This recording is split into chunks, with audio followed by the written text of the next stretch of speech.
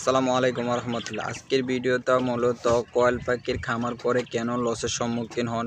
আমাদের অনেক ছোট ছোট উদ্যোক্তা আছে যারা মনে করেন 100 থেকে 100, 200 বা 500 কোয়েল পাখি পালন করে থাকে। ওনারা এক বেস কোয়েল পাখি পালন করে তারপরে কিন্তু কোয়েলের খামার থেকে কিন্তু পিছু পড়ে যান, একটা লসের সম্মুখীন হয়ে তারপরে ওনারা কী করে খামার করাটা ছেড়ে দিচ্ছে। কোন কোন ভুলের কারণে এই লসের সম্মুখীন ওই বিষয়টা নিয়ে আজকে আলোচনা করব। আজকের পুরো ভিডিওটাই কিন্তু ছোট খামারি যারা আছে তাদের উদ্দেশ্যে।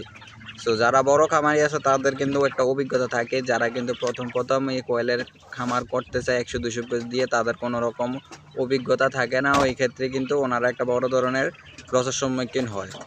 তো খামার করে সবাই কিন্তু লাভবান হয়, ওই জিনিসটাই দেখানোর পরে আপনারা একটা লোভে পড়ে যান যে কোয়েল পাখি পালন করে প্রতি মাসে এত টাকা ইনকাম করা যায়। যতটা লাভবান হওয়া যায় ঠিক ততটাই রিস্ক আছে খামারে লস করা। তো মূলত 4টা কারণে কিন্তু বেশিরভাগ খামারেই লস করে।